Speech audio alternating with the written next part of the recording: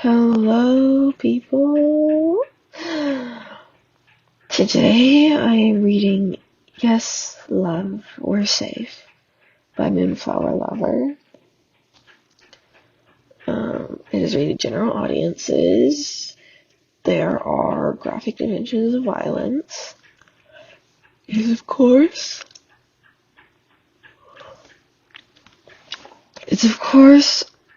from the fandom Harry Potter J.K. Rowling. The relationships are Marlene McKinnon, Dorcas Meadows. Minor and background relationships, Barty Crouch Jr., Evan Rosier. And yeah, it is roughly 200 words. And I hope you enjoy. Summary. You've probably read it before. Dorcas Meadows was killed in her own home by none other than Voldemort himself, taking down 6 Death Eaters in her final moments. Marlene McKinnon was murdered mere months after. I have a few changes to make to that story. January 16th, 1981, 11 p.m. Voldemort was planning to murder Dorcas Meadows. Dorcas, the kind girl that comforted Evan for hours when he needed it, telling him he was loved and sharing her own secrets to make him more comfortable with himself. Dorcas, who stayed at Hogwarts every year without fail just so Barty wouldn't be alone over any of the short holidays that none of her friends were allowed to stay away from home for. Dorcas, that knitted Pandora dozens of sweaters and over the years tailored her hundreds of other pieces from special fabric because normal robes and clothing bothered the girl. Dorcas, who went to the kitchen every night in her last year at Hogwarts and made smoothies while the house elves were asleep because it was the only thing Regulus could stomach. Dorcas, who defended her girlfriend from each and every homophobic comment she could after Marlene outed herself on her 16th birthday. Dorcas, who fought for all of her friends, who fought for every peace and fairness so loudly and proudly. Dorcas, who joined the order trying to achieve equality and cried when she had to say goodbye to her friends whom she valued so much and loved so dearly, yet couldn't save. Dorcas, who was set to die January 18th, 1981. January 17th, 1981, 7 p.m. No. I refuse to just stand by and let her die. Evan was pacing back and forth, tearing at his hair. We won't, Barty promised, hugging his boyfriend, then pulling him onto the couch. How exactly do you plan to make sure of that? Regulus quizzed, now pacing as well. Everything is going to be okay. We just need a plan. Well, that leaves us exactly where we started nearly an hour ago, Panda.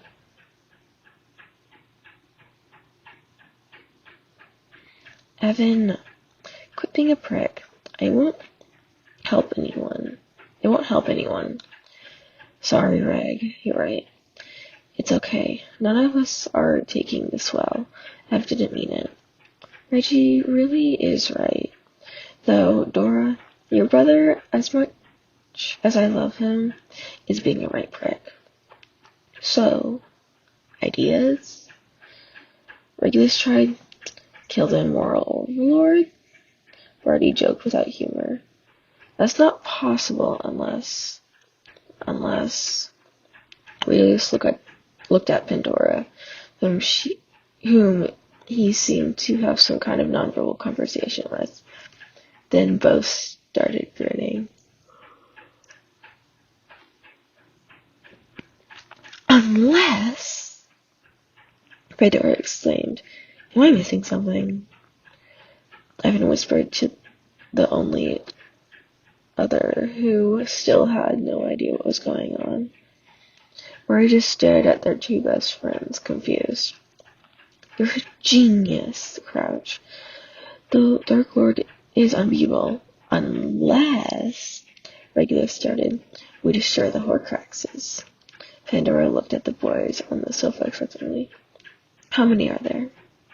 "7. How much time do we have?" 13 hours. "We better get started then, Rag." "Yes, Party."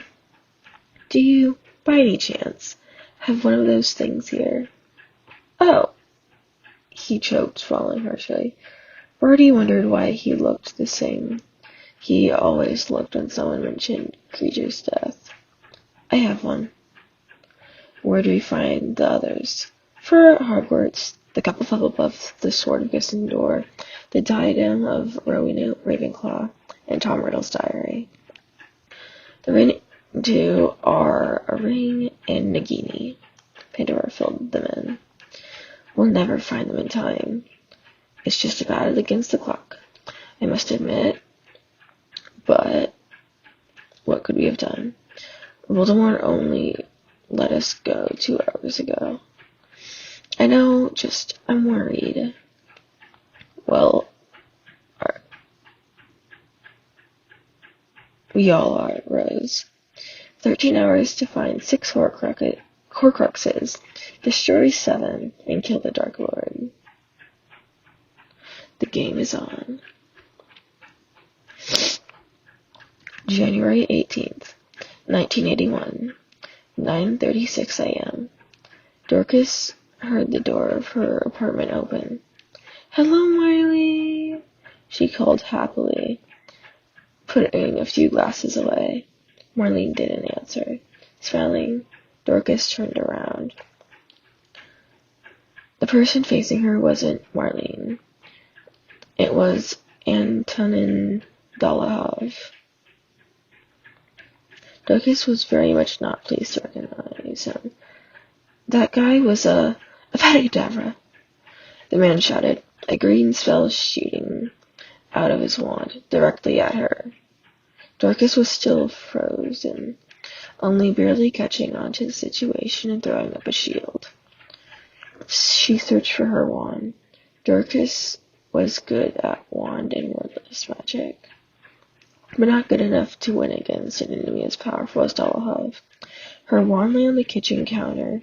She tried to summon it without looking unfocused or vulnerable, but her opponent used the bare second she didn't watch out to repeat the first curse. Dorcas flinched, protecting herself with another shield last second. Her wand clattered to the floor. Dolohov laughed, which gave her the opportunity to mutter a quick Expelliarmus.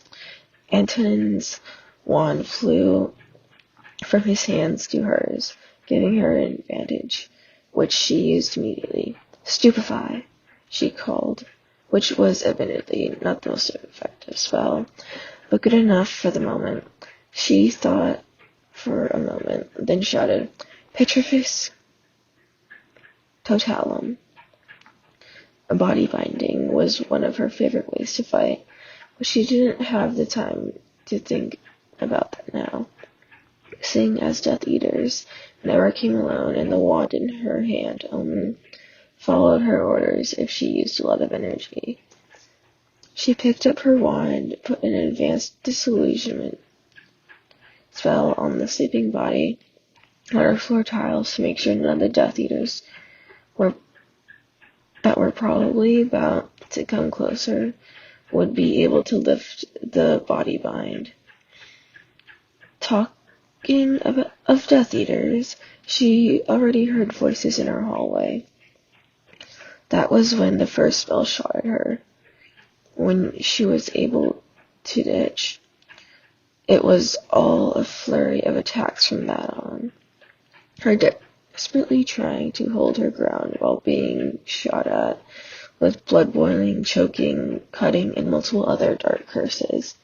She actually managed to get the upper hand and knock out and hide all of the Death Eaters. when another figure entered her apartment, Voldemort. At that point, Dorcas knew she was going to have to fight Dirty. She also knew she was going to die. She had always known the day would come eventually, but she would have liked to say goodbye to her loved ones one last time. Well, life doesn't always grant you that sort of wishes, she supposed. They dueled for what felt like an eternity. Unforgivables exchanged, and both bleeding, Dorcas from her left arm, Voldemort from his knees. Dorcas grew tired, and when Voldemort shot another cutting curse at her chest, she knew she wouldn't be able to dodge. She made the decision of what her final curse would be. "A fat cadaver!" she shouted, then felt a burning in her chest, and felt everything fade to black. January 18th, 1981, 10:30 a.m. Dorcas, Marlene slowly walks towards her girlfriend's kitchen. It was scarily quiet in the apartment. You couldn't hear a single thing there. Was no one humming a song under their breath, nor the sound of pages being turned in a book, nor the clattering of pots and pans. Nothing. Marlene stepped onto the checkerboard patterned tiles and felt her face drain of color as soon as she recognized the body lying next to Voldemort's on the floor. "No," she whispered. No, it can't be." On the floor, next to a dead Voldemort and dozens of unconscious Death Eaters, lay Dorcas Meadows, blood oozing out of her chest. She must have been sweating profusely, judging by the way her hair was sticking to her lifeless body, eyes staring blankly ahead. She had a cut on her left arm, and a puddle of it was forming to the left of her chest. "No," Marlene sobbed again, rushing forward to check for a pulse. There had to be a pulse. Marlene needed there to be a pulse. She fell to her knees, fingers coming up to clutch Dorcas's wrist, but the blood in the girl's veins didn't pulse through her body. Marlene knew she was a healer. She knew she was supposed to She knew she was supposed to know what to do, how to save her, revive her, but all she could think was that she was gone. She had died. Dorcas wasn't going to open her eyes and laugh, her gorgeous laugh again. She wasn't going to see young Harry be born. She wouldn't be able to tease James mercilessly because his ex-wife later identified as a lesbian. She wasn't be able to get married. She wouldn't even be able to live past 20. Forever young, they say, but Marlene would give the world to see her love grow old. She'd just have to die now, too. Lovers did that, didn't they? Die from heartbreak. If it were possible to die from that alone. Marlene wouldn't have survived these past minutes. She lay down next to Dorcas on the floor, clutching her hand, which was still warm, and cried. She didn't cry for long, because it was only then that her brain showed her all the pictures of the future that would be no more. She choked on her sobs. She couldn't breathe. She couldn't. "Marlene, listen to me." A soft voice spoke, sounding far away. Pandora, her brain supplied as the girl in question started applying light pressure to her wrist, easing her back into reality while talking quietly. Marlene wanted to listen, but she couldn't. She couldn't focus on anything else but the one thing she wanted nothing more than to forget. She's gone. Marlene cried. Pandora's eyes filled with tears now, too. For now, the Ravenclaw agreed. What do you mean? Marlene sniffed. Reggie can sometimes resurrect people with his special stone. Special stone? Pandora nodded. It's one of the Deathly Hallows. He has the stone? Marlene sniffed again, unbelieving. He does. The younger girl was very obviously holding back tears. It doesn't work well, as it does in the stories. Only with almost still alive people. You mean recently dead? Pandora nodded, attempting a smile. And Evan Lakely brought a blood replenishing potion. Why? He carries them around all the time. Why? 'Cause Reg needed to save us a few too many times to risk using only the stone. Oh, I'm sorry, I didn't know. It's okay. Look, Marlene. What is it? Dorcas, she whispered. Then she did start crying. Dorcas blinked. Once, twice, until her eyes stayed open. Evan immediately forced the BR potion down her throat, and Barty muttered a spell under his breath that stitched Dorcas's cuts back together again. It was clear they'd done this before, which made Marlene want to cry almost as much as the broken look on her girlfriend's face. I did it, the girl choked up. I ended the war. Marlene couldn't contain herself any longer. She pushed Pandora and Barty aside, and pressed her face into Dorcas's hair. I love you so much, she whispered. Never do that again. She started crying again, but Dorcas seemed to consider something.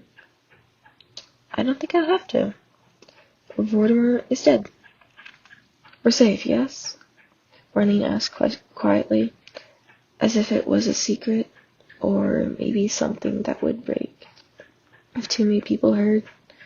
Safety was, after all, a fragile thing. Yes, love, Dorcas promised. We're safe. Oh my gosh. This is lovely.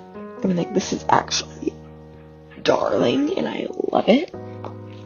You cannot tell me that this is not the most tragically beautiful fanfic maybe on my account right now.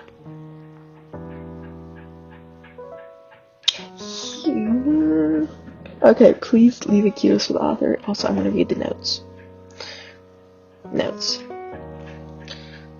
What do you think? If you like it, I would love if you'd come and leave your opinion or chat with me in the comments. P.S.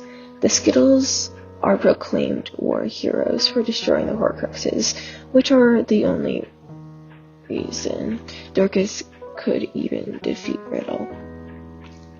P.S.S. Ulysses and James fall in love because Marlene introduces them to each other a second time, and Harry switches between theirs and Mary Lily's houses as he pleases. P.S.S.S. Dorcas and Marlene do, in fact, get married, and they make it to 21 easy, even survive far longer. P.S.S.S.S. Peter isn't a traitor because I decided he wasn't. P.S.S.S.S.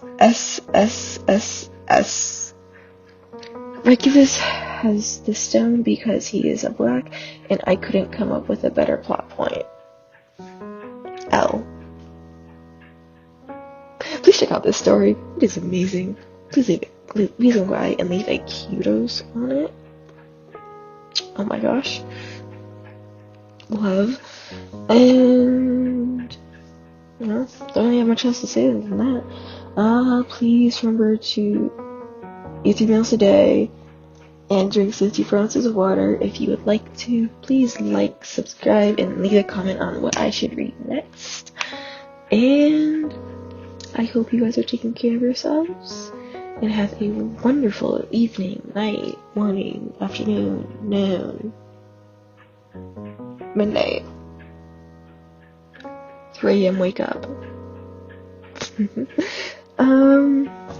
Love you all.